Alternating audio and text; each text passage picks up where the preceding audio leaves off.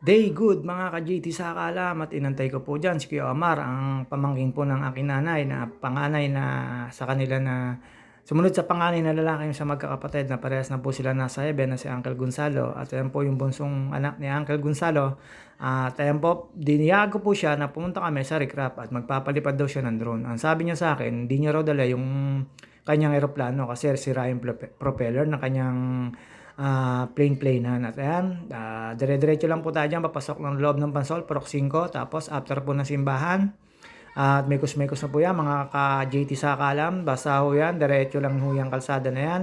At shoutout sa mga agent na naghahanap buhay ng marangal at sa presidente nila si Papa Tange na napakabait.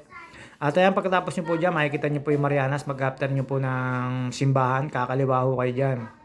Pagkakaliwa nyo po yan, syempre meron po kong kasadang kaliwaan, kananan dyan. Pero yan, pag diretso nyo yung naghihiwalay na daan na yan, kakanan po kayo dyan. Syempre, yung kaliwa po niyan ay covered court. Yan po ay Purok 5, Pansol, Calamba City. Ang pupuntahan po namin ay tabing dagat na Laguna Lake na meron po rito sa Pansol, Calamba City. At ayan po, kakanan po tayo dyan. Syempre, tornado na, mga insan. At ayan, siyempre, papakita po natin ang bida at aking pinsan, si Kuya Omar. Ayan po, ang anak ni Uncle Gonzalo Bunso na taga Binyang. Ayan po, laking pansol yan. Drummer ho dati yan ng ati-atihan. At ngayon, DJ po siya. Kaya po siya nandito sa pansol kasi siyempre magdi-DJ siya. At hinatid ko siya sa BSK, Francis 2, dun sa may Lago Vista. At after po noon, diretso kayo kanan. Pagkakanan nyo po, kakaliwa ho kayo kagad. Villa Pascua kung tawagin dati yan. Tapos kaliwa ho kayo kagad dyan. Matutumbok nyo dyan yung dating Villa Macmac.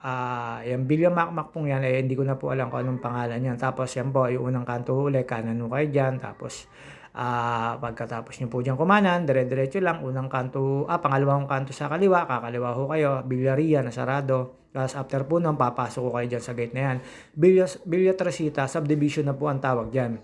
Ayan po yung kahabaan ng kalsada dyan na pinagjajagingan. Lalo nung pandemic, dyan ako nagjajogging.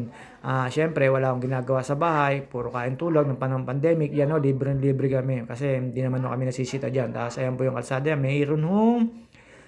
May kulang-kulang 1 kilometro yan. Pag binabalik nyo yan, ay medyo mabaho yan. Tapos ayan po, yung dulong-dulo po niyan ay dagat na po. Yan po yung dagat na yan ay Laguna Lake. Meron po dito yan, parang playa, pero ang tawag sa amin, recrap.